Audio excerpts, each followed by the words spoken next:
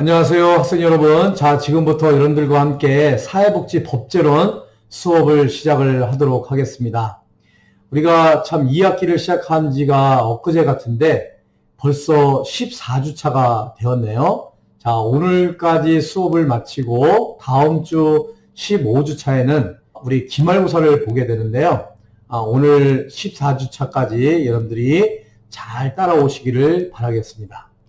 자, 우리가 최근에 이제 사회복지법을 한번 우리가 배우고 있는데요. 오늘은 여러분들과 함께 가족과 관련된 사회복지법을 한번 배워보는 시간을 갖도록 하겠습니다. 첫 번째는요, 한부모 가족 지원법을 배울 것이고요. 두 번째는 다문화 가족 지원법을 배우게 될 것입니다. 그래서 오늘 1부, 2부로 나눠서 1부에서는 한부모 가족 지원법, 2부에서는 다문화 가족 지원법에 대해서 한번 살펴보는 그런 시간을 갖도록 하겠습니다. 자, 오늘도 역시 여러분들과 함께 파워포인트를 띄워놓고요. 파워포인트도 보시면서 저와 또 아이 컨택도 하시면서 수업을 진행을 하도록 하겠습니다. 자, 지금부터 수업을 하도록 하겠습니다. 자, 오늘 배울 주제는요, 사회복지법학의 강론입니다. 우리가 사회복지법학의 총론을 배웠고요. 우리가 사회복지법학의 강론 부분으로 지금 수업을 진행을 하고 있죠.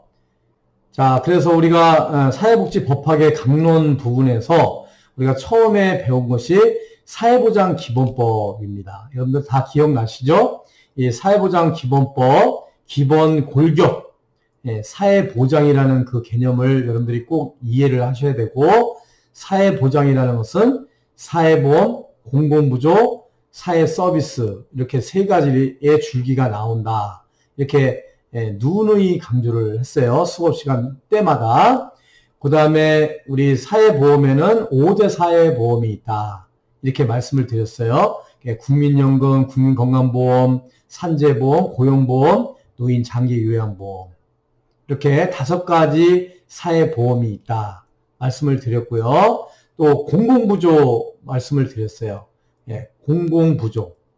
공공부조에는 5가지 법이 있다 이렇게 말씀을 드렸어요. 국민기초생활보장법, 의료급여법, 긴급복지지원법, 그 다음에 기초연금법, 장애인연금법 이렇게 5가지를 말씀을 드렸습니다. 그 다음에 사회서비스법에는 우리가 총 28가지 법이 있다 이렇게 말씀을 드렸습니다. 그래서 공공부조법 5가지 플러스 아동복지법, 노인복지법, 장애인복지법, 또 오늘 배울 한부모가족지원법, 또 다문화가족지원법, 그 다음에 가정폭력 방지 및 피해자 보호 등에 관한 법률, 성폭력 방지 및 피해자 보호 등에 관한 법률, 또 성매매 방지 및 피해자 보호 등에 관한 법률, 아동보육법, 입양특례법, 다양한 법 28가지 법이 있다. 이렇게 말씀을 드렸습니다. 그래서 우리가 사회보장기본법, 이게 우리 사회복지법의 모법이 되는 법이다. 그래서 사회보장기본법 매우 중요하니까 잘 알아두시라고 몇 번에 걸쳐서 강조를 했습니다. 그 다음에 우리 사회보험법, 우리 5가지 사회보험법에 대해서 한번 살펴봤죠. 또 두 번째 공공부조법에 대해서 살펴봤어요. 우리가 사회보험법이라는 것은 따로 없습니다. 사회보험과 관련된 법 5가지, 공공부조법이라는 법도 따로 없어요. 공공부조와 관련된 법 5가지를 통칭해서 공공부조법이라고 말씀을 드린다. 여러분들한테 말씀을 드렸습니다. 또한 마찬가지로 사회서비스법이라는 법은 없어요. 사회서비스와 관련된 법, 이게 28가지가 있다고 그랬죠. 거기서 대표적인 게 우리가 사회복지사업법 이렇게 말씀을 드렸습니다. 이 사회복지사업법은 여러분들이 꼭 사회복지사가 되고자 하는 사람, 또 사회복지사인 사람, 또 사회복지법인을 만들고자 하는 사람, 또 사회복지시설을 설치, 운영, 위탁해서 운영을 할 사람들은 반드시 사회복지사업법을 꼭 알아둬야 된다. 이렇게 말씀을 드렸습니다. 그 다음에 이제 사회복지법 2에서 노인복지법에 대해서 말씀을 드렸고요. 그 다음에 아동복지법 말씀을 드렸고요. 세 번째 장애인복지법에 대해서 지난 시간에 우리가 살펴봤습니다. 그래서 우리 사회적으로 국가적으로 가장 취약한 계층 하면 아동, 노인, 장애인이라고 말씀을 드렸어요. 그래서 아주 중요한 사회 서비스 법 중에 대표적인 법, 노인복지법, 아동복지법, 장애인복지법에 대해서 여러분들을 살펴봤으니까요. 그동안에 우리가 이제 앞으로 사회복지사가 되건 내가 노인복지에 종사를 안 한다고 하더라도 또 장애인복지에 종사를 안 한다고 하더라도 아동복지법에 아동복지시설에 종사를 안 한다고 하더라도 반드시 우리가 적어도 노인복지법, 아동복지법, 장애인복지법 정도는 우리가 잘 알아둬야 된다라고 말씀을 드렸습니다. 자, 이제 이렇게 해서 이번 시간에는 가족과 관련된 복지법 이제 두 가지를 배운다고 그랬죠. 한부모 가족 지원법, 또 다문화 가족 지원법 이렇게 두 가지를 배우는 순서로 해서 모든 사회복지 법제론 수업을 마무리를 하도록 하겠습니다. 그래서 이 사회보장 기본법서부터 가족과 관련된 복지법 이 정도만 여러분들이 잘 이해를 하신다면 뭐 손색이 없을 것 같아요. 그래서 뭐 어렵지 않죠. 그렇게 어렵지 않아요. 처음에 이제 총론 부분에서 뭐 성문법과 불문법, 뭐 권리, 뭐 이런 권리 구제라든가 뭐 이런 다양한 내용들을 배울 때 좀 여러분들이 생소한 용어이기 때문에 많이 힘들었을 거예요. 그런데 뭐 사회보장 기본법서부터 우리 이제 가족과 관련된 복지법 여기 쭉 제가 지금 설명한 내용들을 보면 여러분 그렇게 어렵지는 않을 거예요. 그래서 여러분들이 잘 요 부분을 전체적으로 잘 이해를 하시면 좋겠다라는 말씀을 드리고 싶습니다. 자, 서두에도 말씀을 드렸지만요. 오늘 여러분들과 배울 주제는 한부모 가족 지원법입니다. 또 두 번째 다문화 가족 지원법이에요. 그 다음에 이제 세 번째 가정폭력 방지 및 피해자 보호 등에 관한 법률이 있는데요. 이 부분은 오늘 생략을 하겠습니다. 그래서 오늘 1부와 2부로 나눠서 한부모 가족 지원법과 다문화 가족 지원법을 배울 테고요. 이 가정폭력 방지 및 피해자 보호 등에 관한 법률은요. 여러분들 PPT 자료를 첨부 파일로 이렇게 올려놓을 테니까요. 여러분들이 좀 궁금하신 분들 있으시면 요 3번은 여러분들이 PPT 자료를 참고를 하시면 되겠습니다. 이제 첫 번째 여러분들하고 배울 법은요. 한부모 가족 지원법입니다. 한부모 가족 지원법. 한부모 가족을 지원하는 법. 그래서 한부모 가족 지원법이에요. 그럼 우리가 한부모 가족이라는 것은 무엇인가요? 간단하게 말하면 한쪽 부모와 자녀가 살아가는 가족을 한부모 가족이라고 해요. 그래서 부모라는 것은 엄마, 아빠가 있죠. 엄마, 아빠. 함께 이루어야 되는데 이 한쪽 부모만 있는 거예요. 그러니까 엄마와 자녀가 있던 아빠와 자녀가 있던 그래서 엄마와 자녀가 있는 가족을 모자 가족이라고 그래요. 그 아빠와 자녀가 있는 가족을 부자 가족이다. 이렇게 말을 합니다. 그래서 이걸 통틀어서 모부자 가족이다. 이렇게 얘기를 해요. 근데 이제 우리가 모부자 복지법 예전에는 이렇게 했어요. 이게 시작은 모자 복지법으로 시작을 했다가 모부자 복지법으로 변경이 됐다가요. 최종으로는 지금 한부모 가족 지원법이 되었습니다. 이 한부모 가족 지원법은 모자 가족과 부자 가족을 지원하는 법인데요. 특례 사항으로 우리가 미혼모 가족, 미혼모자, 그러니까 미혼모하고 자녀, 또 미혼모, 또는 우리 엄마하고 아빠가 자녀들을 키우지 않고 그 조부모, 할아버지, 할머니, 주로 이제 할머니가 많이 키우게 되죠.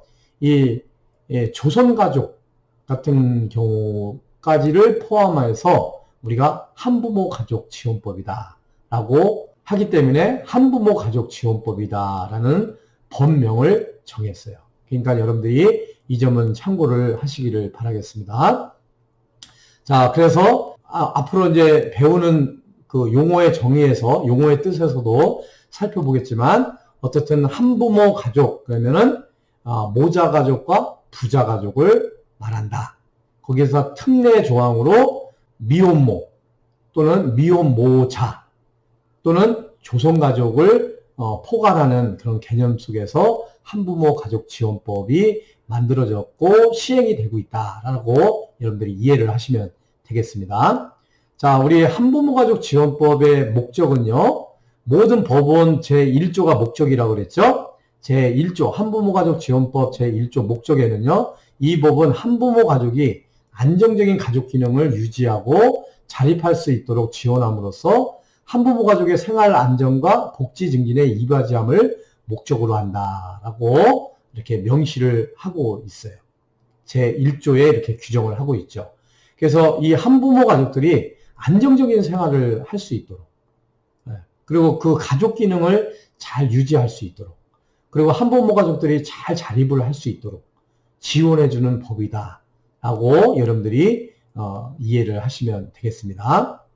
자, 이 한부모 가족 지원법에는요, 국가와 지방자치단체의 책임 규정이 있어요. 국가와 지방자치단체는 한부모 가족의 복지를 증진할 책임을 진다라고 한부모 가족 지원법에 명시를 함으로 인해서 국가와 지방자치단체에서 한부모 가족을 지원할 수 있는 법적 근거를 마련을 했다라고 볼 수가 있겠습니다. 두 번째, 국가와 지방자치단체는 한부모 가족의 권익과 자립을 지원하기 위한 여건을 조성하고 이를 위한 시책을 수립, 시행하여야 한다. 시행하여야 한다. 이렇게 규정이 되어 있습니다. 세 번째, 국가와 지방자치단체는 한부모 가족에 대한 사회적 편견이나 차별을 예방하고 사회 구성원이 한부모 가족을 이해하고 존중할 수 있도록 교육과 홍보 등 필요한 조치를 하여야 한다. 이렇게 규정이 되어 있습니다. 이 3번 같은 경우는요, 옛날에는 통상 한부모 가족이라는 것은 모자 가족, 부자 가족이거든요. 그 모자 가족, 부자 가족이 되는 이유는 제일 큰 이유가 이혼이에요. 이혼으로 인해서 한부모 가족이 발생이 되는 거죠. 두 번째, 이제 사별에 의해서 한부모 가족이 될 수도 있죠. 또 여러 가지 뭐 여건 속에서도 한부모 가족이 되지만 대체적으로 이혼으로 인해서 한부모 가족이 되는 경우가 많아요. 그러니까 사회적으로 보면 이 한부모 가족을 보는 이 눈초리가 그 편견과 차별이 심하다는 거죠. 그래서 국가와 지방자치단체로 하여금 이 편견과 차별을 예방할 수 있도록 또 한부모 가족에 대해서 이해하고 존중해 줄 수 있는 그런 교육이나 홍보를 필요하다. 그것이 국가와 지방자치단체의 책임이다라고 이렇게 규정을 하고 있습니다. 또 네 번째는요, 교육부 장관과 특별시, 광역시, 특별자치시도, 특별자치도의 교육감은 유치원, 초등교육법 및 고등교육법의 학교에서 한부모 가족에 대한 이해를 돕는 교육을 실시하기 위한 시책을 수립, 시행하여야 한다. 이렇게 한부모 가족 지원법에 규정을 하고 있어요. 다섯 번째, 국가와 지방자치단체는 청소년 한부모 가족의 자립을 위하여 노력하여야 한다. 여섯 번째, 모든 국민은 한부모 가족의 복지 증진을 협력하여야 한다. 이렇게 규정이 돼 있어가지고요. 국가와 지방자치단체에 대해서 우리 한부모 가족에 대한 지원, 또 교육, 홍보, 뭐 이런 것들에 대해서 책임을 져야 된다.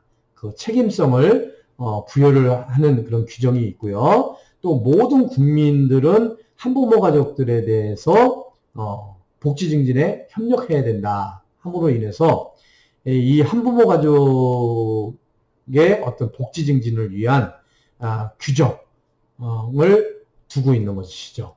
그래서 한부모 가족 지원법, 국가와 지방자치단체의 책임에 대해서 말씀을 드렸습니다. 자, 다음은 한부모 가족의 권리와 책임이에요. 우리 국가와 지방자치단체에 책임이 있다면요, 우리 한부모 가족한테도 권리가 있고 책임이 있다.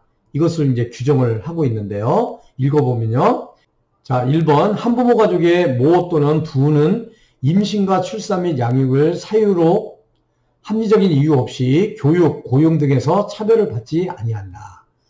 두 번째, 한부모 가족의 모 또는 부와 아동은 한부모 가족 관련 정책 결정 과정에서 참여할 권리가 있다. 그렇죠? 이거 장애인에서도 마찬가지고 아동도 마찬가지고 노인도 마찬가지예요.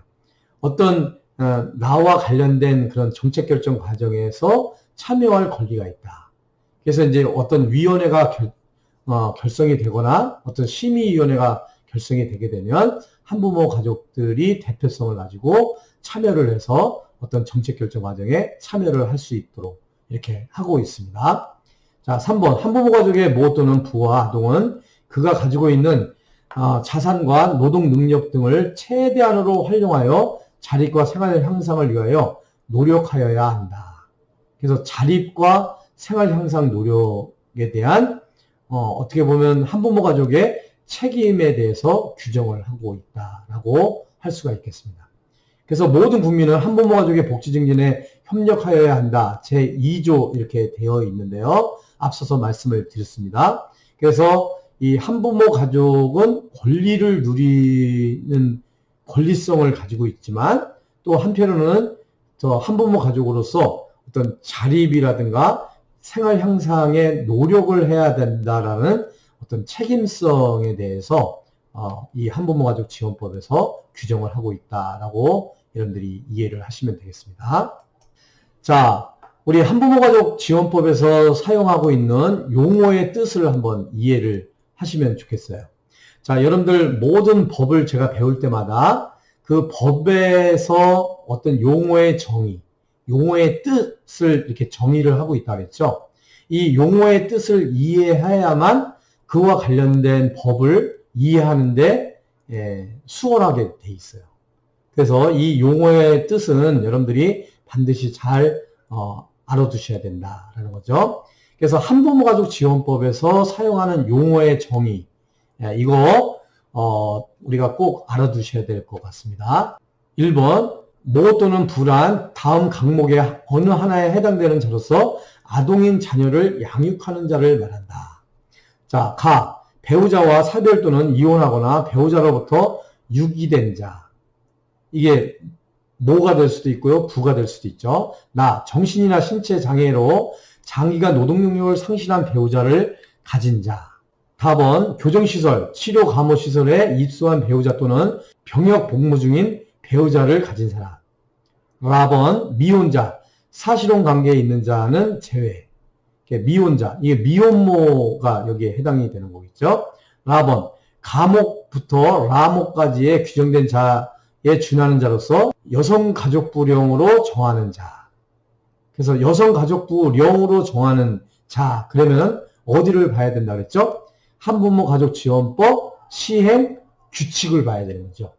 부령이니까요. 시행 규칙에 보면 이렇게 규정이 되어 있어요. 배우자의 생사가 분명하지 아니한 자, 배우자 또는 배우자가 가족과의 불화 등으로 인해서 가출한 자, 이런 경우에는 한부모 가족이다 라고 할 수가 있다라는 거죠. 자, 2번, 한부모 가족이란 모자 가족 또는 부자 가족을 말한다. 요거 중요한 용어예요. 2번 같은 경우 요거 이제 시험 문제에 나올 수가 있겠죠. 자, 3번, 모자 가족이라 모가 그냥 엄마가 세대주, 세대주가 아니더라도 세대원을 사실상 부양하는 자를 포함하는데요. 이 모가 엄마가 세대주인 가족을 우리가 모자 가족이다라고 한다 이거죠. 자, 4번, 부자 가족이요. 부자 가족이란 부가 아빠가 세대주인 가족을 말한다.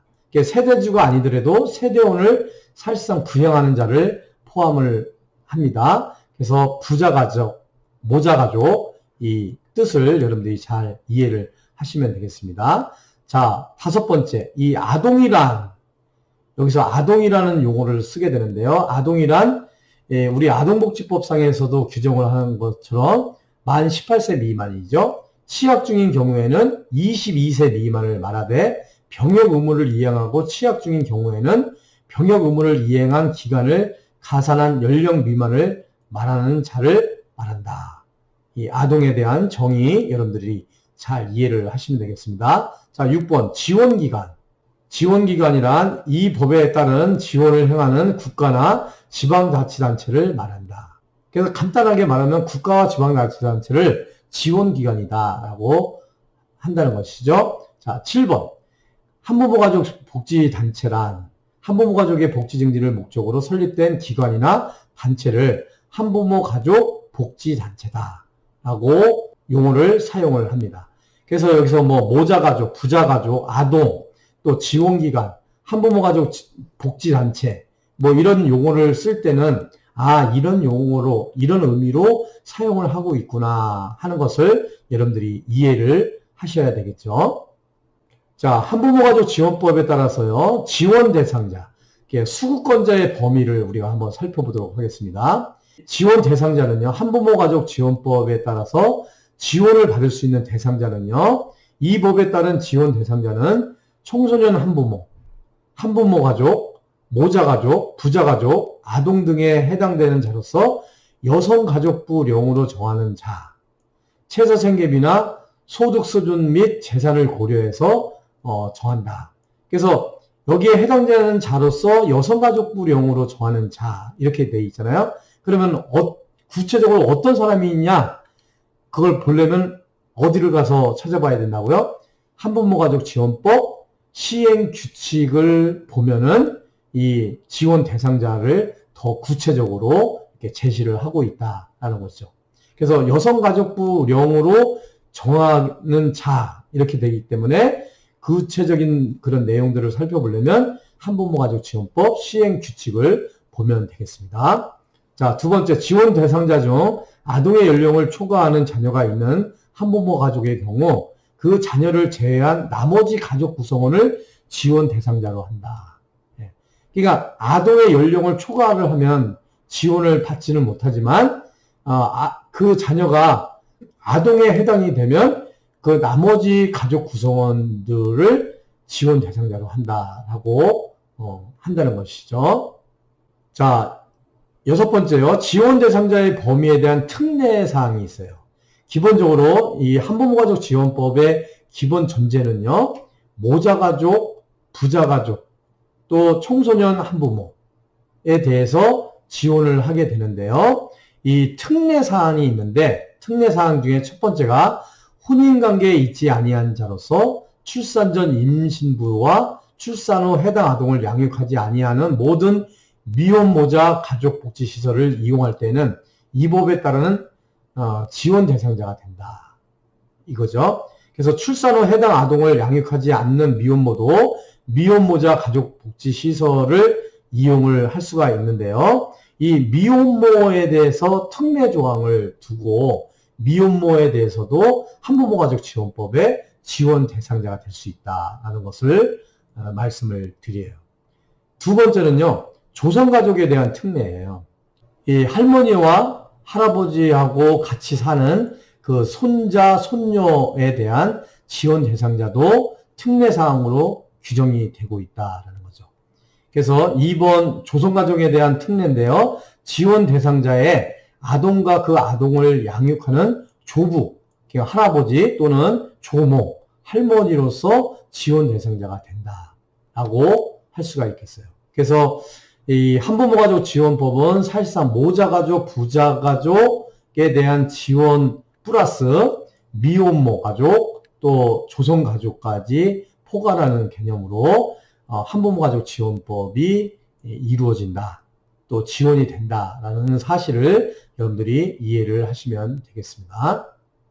자, 그래서 지원 대상자의 범위에 대한 특례를 한번 해당 아동을 한번 살펴보면요. 파란 박스에 이 사항을 여러분들이 잘 참고를 하시면 좋겠습니다.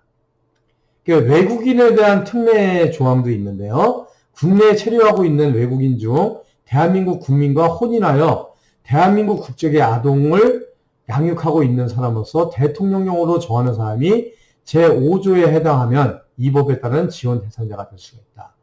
이 외국인에 대한 특례 조항은 이 다문화 가족에 대한 이야기예요. 다문화 가족에 대해서 지원 대상자가 될 수가 있다라는 규정을 하고 있습니다. 자, 그래서 요 파란 박스 안에 지원 대상자의 범위에 대한 특례 조항을 여러분들이 잘 숙지를 해 두시면 좋겠고요. 우리 한부모 가족 지원법 상에서 한부모 가족의 날을 지정해서 기념을 하고 있는데요. 매년 5월 12일이 한부모 가족의 날이라고 할 수가 있겠습니다. 자, 매년 5월 달은 우리가 가정의 날이잖아요. 네, 뭐 가정의 날인데 이때 뭐 다 몰려 있죠. 네, 자, 5월 10일 날 한부모 가족의 날이다라는 거 여러분들이 기억을 해두시면 좋겠습니다. 자, 한부모 가족 지원법상의 제 7번 실태조사를 하게 되는데요. 3년마다 한 번씩 실태조사를 합니다. 여성가족부 장관은 한부모 가족 지원을 위한 정책 수립에 활용하기 위해서 3년마다 한부모 가족에 대한 실태조사를 실시하고 그 결과를 공포하여야 한다. 자, 여러분들 여기서 이제 좀 주의할 점은요. 이 한부모 가족 지원법은 복지법이잖아요. 사회복지법이잖아요. 근데 이 한부모 가족 지원법하고 다문화 가족 지원법의 관장 부서는요. 여성가족부예요. 그래서 이제 여성가족부에서 한부모 가족, 여성가족부는 주로 여성가족이잖아요. 여성과 관련된 업무, 가족과 관련된 업무는 이 여성가족부가 관장을 해요. 그래서 이게 한부모 가족 지원법, 다문화 가족 지원법은 여성가족부 장관이 이렇게 관리를 하고 관장을 하는 그런 법이고 부서라고 할 수가 있겠어요.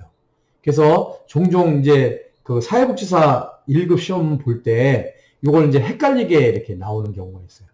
뭐 예를 들어서 보건복지부 장관은 한부모 가족 지원을 위한 정책 수립을 활용하기 위해서 3년마다 한부모 가족의 실태조사를 실시하고 공포를 해야 한다. 이렇게 하면 맞나요? 틀리나요? 틀려요. 네? 한부모 가족 실태조사는 보건복지부 장관이 아니라 여성가족부 장관이 한다라는 거 여러분들이 꼭 염두에 두셔야 될 것 같습니다. 자, 우리 한부모 가족 지원법에 따라서 지원되는 이 복지의 내용과 실시에 대해서 한번 살펴보도록 하겠습니다. 자, 첫 번째 지원 대상자의 조사예요.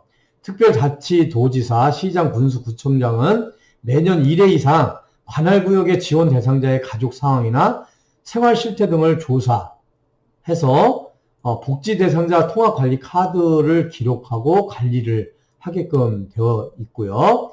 두 번째 복지급여 신청인데요. 복지 대상자 또는 그 친족이나 이해관계인, 예를 들면 사회복지 전담 공무원, 한부모 가족 복지시설의 종사자, 또 지원 대상자의 자녀가 재학하는 학교의 교사 등은 복지급여를 관할 특별자치시장, 특별자치도지사, 시장, 군수, 구청장에게 신청을 해야 합니다.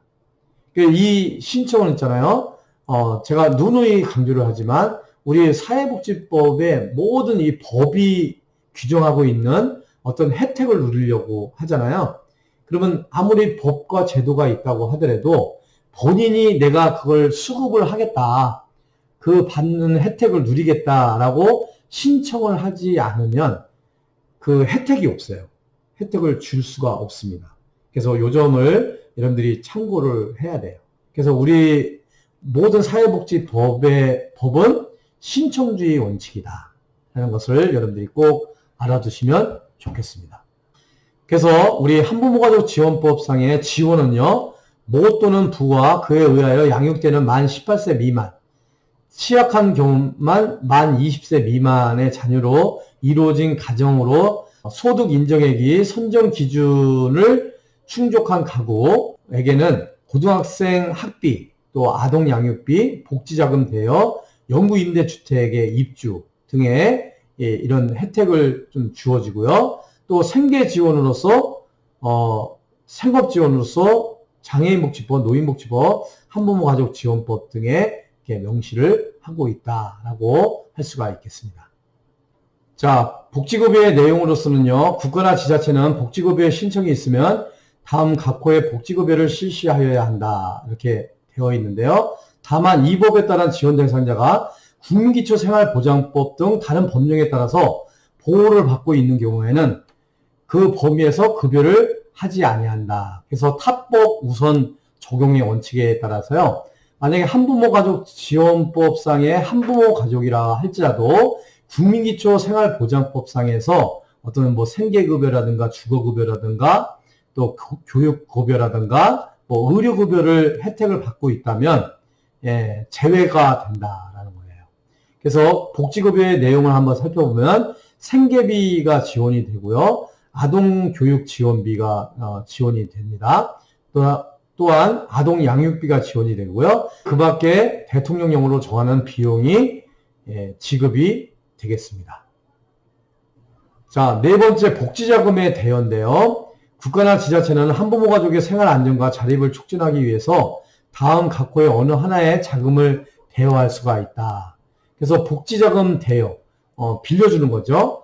복지자금 대여의 대상은요, 1번 사업에 필요한 자금 대여, 또 아동교육비 대여, 또 의료비 대여, 또 주택자금 대여, 그 밖에 대통령령으로 정한 한부모 가족의 복지를 위하여 필요한 자금을 대여할 수가 있다. 그래서 사업에 필요한 자금은 복지자금 대여의 대상에 포함이 됩니다. 이 점 참고를 하시고요. 4번 고용의 촉진, 6번 공공시설의 매점 및 시설을 설치할 수가 있고요. 또 7번째 시설의 우선 이용 등의 어떤 복지에 관련된 내용과 실시 사항들이 있습니다. 여러분 이것은 참고를 하시고요. 더 구체적으로 알아보시기 원하신다면 우리 검색어에다가요. 한부모가족지원법 이렇게 보면은 한부모가족지원법, 한부모가족지원법 시행령, 한부모가족지원법 시행규칙 이렇게 해가지고 3단으로 우리가 볼 수가 있어요. 그래서 요 구체적인 더 내용들을 살펴보시기를 원한다면 네이버나 또 구글이나 다음이나 이런 데서 검색을 해서 좀 참고를 해서 더 구체적으로 알아보시면 좋겠습니다. 자, 8번째 가족지원 서비스인데요. 국가나 지자체는 한부모 가족에게 다음 각호의 가족지원 서비스를 제공하도록 노력하여야 한다. 그래서 한부모 가족에게 제공하도록 노력해야 하는 가족지원 서비스의 종류에는요. 아동의 양육 및 교육 서비스, 장애인, 노인, 만성질환자 등의 부양 서비스, 또 치사, 청소, 세탁 등 가사 서비스, 교육 상담 등 가족관계 증진 서비스, 인지청구 및 자녀 양육비 청구 등을 위한 법률 상담, 소송 대리 등 법률 구조 서비스, 그 밖에 한부모 가족에 대한 가족지원 서비스를 제공을 하도록 되어 있습니다. 여기서 이제 주의할 점은요, 국가나 지자체가 한부모 가족에게 제공하도록 노력하여야 하는 가족지원 서비스의 종류가 아닌 것은 이럴 때 의료비, 주택자금 대여 등 생활지원 서비스는 가족지원 서비스의 종류가 아닙니다. 이 종종 이런 사회복지사 1급 시험에 나올 수가 있어요. 그래서 이런 것은 여러분들이 참고를 하시면 되겠습니다. 자, 다음은 9번째요. 청소년 한부모에 대한 교육 지원인데요. 미혼모 등의 건강관리 등을 지원을 하게 됩니다. 국가와 지방자치단체는 미혼모 또는 미혼부와 그 자녀가 건강하게 생활할 수 있도록 산전, 또 분만, 산후 관리, 또 질병의 예방, 상담, 치료, 영양 건강에 관한 교육 등 건강관리를 위한 지원을 할 수가 있다라고 규정을 하고 있고요. 또 아동 청소년 보육 교육인데요.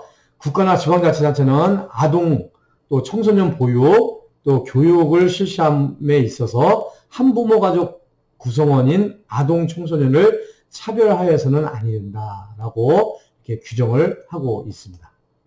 자, 세 번째 청소년 한부모에 대한 교육 지원인데요. 국가나 지방자치단체는 청소년 한부모가 학업을 할 수 있도록 청소년 한부모의 선택에 따라 다음 각호의 어느 하나에 해당되는 지원을 할 수가 있다.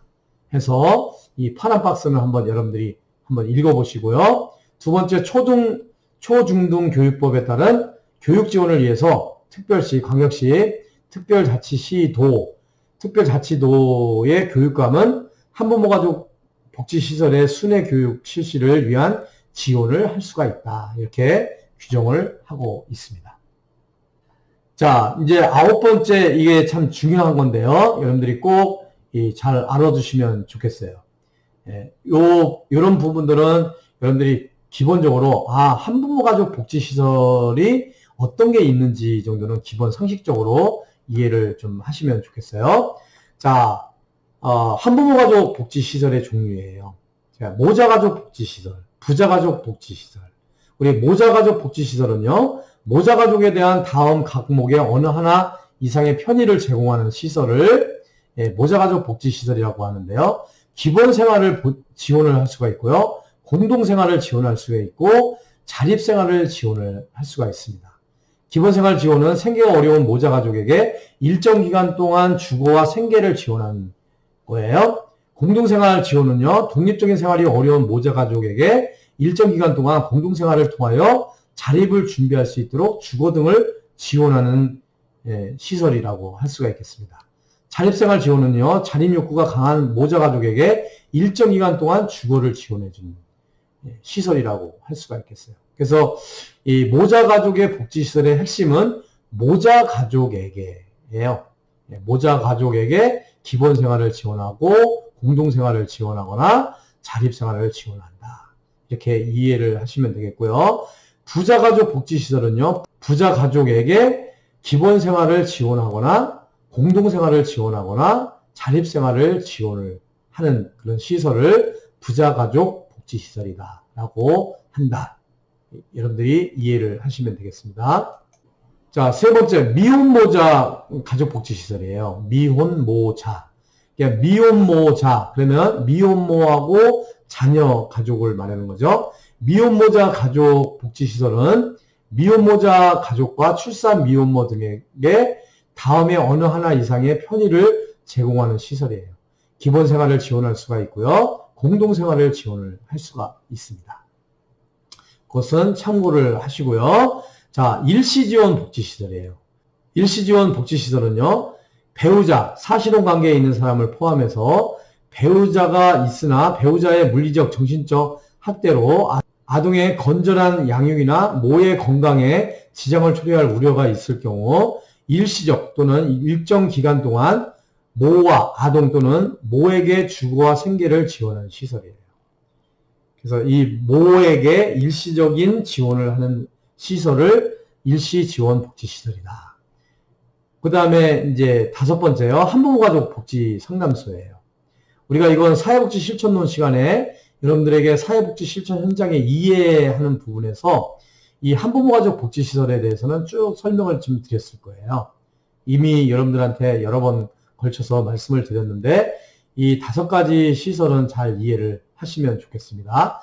한부모가족 복지 상담소는 한부모가족에 대한 위기, 자립, 상담 또는 문제 해결 지원 등을 목적으로 하는 시설을 한부모가족 복지 상담소다라고 하겠습니다. 그래서요, 여러분들과 함께 지금까지 한부모가족 복지시설을 한번 살펴봤는데요. 모자가족 복지시설, 부자가족 복지시설, 또 미혼모자 가족 복지시설, 또 일시지원 복지시설, 또 한부모가족 복지상담소, 이렇게 다섯 가지 시설을 한번 살펴봤습니다. 여러분들이 잘 숙지해 놓으셨다가요, 여러분들이 사회복지 실천 현장에서 일하실 때 참고를 하시면 좋겠다라는 말씀을 드리겠습니다. 자, 한부모가족 복지시설의 설치인데요. 국가나 지자체는 한부모가족 복지시설을 설치할 수 있습니다. 또 한부모가족 복지시설의 장은 청소년 한부모가 입소를 요청하는 경우에는 우선 입소를 위한 조치를 취하여야 한다. 이렇게 규정이 되어 있고요. 국가나 지방자치단체 외자가 한부모가족 복지시설을 설치 운영하려면 특별자치시장, 특별자치도지사, 시장, 군수, 구청장에게 신고하여야만 한다. 신고주의 원칙에 의해서 신고를 해야 된다. 신고사항 중 여성가족부령으로 정하는 주요 사항을 변경하려는 경우에는 또한 같다. 그러니까 이 시장, 군수, 구청장에게 신고해야 된다. 이렇게 규정을 하고 있고요. 4번 입양특례법에 따른 입양기관을 운영하는 자는 기본생활 지원에 해당하는 편의 제공시설을 설치 운영할 수가 없다라고 이렇게 규정이 되어 있습니다. 여러분들이 참고를 하시면 되겠습니다. 자, 10번째 수급자의 권리구제인데요. 심사 청구에 대해서 한번 알아보도록 하겠습니다. 심사 청구는 지원 대상자, 친족, 또 이해관계인이 할 수가 있는데요. 지원 대상자 또는 그 친족이나 이해관계인은 이 법에 따른 복지급여 등에 대해서 이의가 있을 경우 그 결정을 통지받은 날로부터 90일 이내에 서면으로 해당 복지 실시 기관에 심사를 청구할 수가 있습니다. 여기서 주의할 것은요. 보건복지부 장관 또는 지방자치단체장에게 심사를 청구하는 것이 아니다 하는 것을 여러분들이 꼭 기억해 두시고요. 한부모가족지원법에 따른 복지급여 등에 대해서 이의가 있을 경우 지원 대상자 또는 그 친족이나 그 밖의 이해관계인은 해당 복지시설기관에 심사를 청구할 수 있다라는 거예요. 그러니까 시장 군수구청장이나 보건복지부 장관한테 신청을 하는 것이 아니라 해당 복지 실시 기관에 심사를 청구할 수 있다 하는 거 여러분들이 기억을 해 두시기를 바라겠습니다. 그 다음에 2번 복지 실시 기관은 심사 청구를 받으면 30일 이내에 이를 심사 결정하여 청구인에게 통보하여야 한다라고 규정이 되어 있습니다. 자, 이상과 같이 여러분들과 함께 한부모가족지원법에 대해서 한번 살펴보는 그런 시간을 가졌습니다. 오늘 특별히 여러분들이 꼭 기억을 해 두셔야 될 것은 한부모 가족이라는 것은 무엇인가? 그 한부모 가족에 대한 정의를 꼭 기억을 해 두시고요. 또 한부모 가족 지원법과 관련된 그 용어의 뜻, 개념에 대해서 꼭 여러분들이 이해를 해 두시면 좋겠습니다. 그리고 한부모 가족 지원 대상자가 누가 지원 대상자가 되는지, 또 한부모 가족 지원 대상자에게 지급되는 급여의 내용에 대해서 여러분들이 꼭 기억을 해 두시고요. 무엇보다도 한부모 가족 지원법상에서 설치 운영되는 한부모 가족 복지 시설에 대해서 여러분들이 기억을 해 두시면 좋겠습니다. 여러분들이 오늘 배운 한부모 가족 지원법을 통해서 사회복지사로서 또 사회복지 실천 현장에서 사회복지를 실천할 때 여러분들에게 많은 도움이 되는 그런 시간이 되었으면 좋겠습니다. 여러분 장시간 동안 수업 받으시냐고 수고 많이 하셨습니다.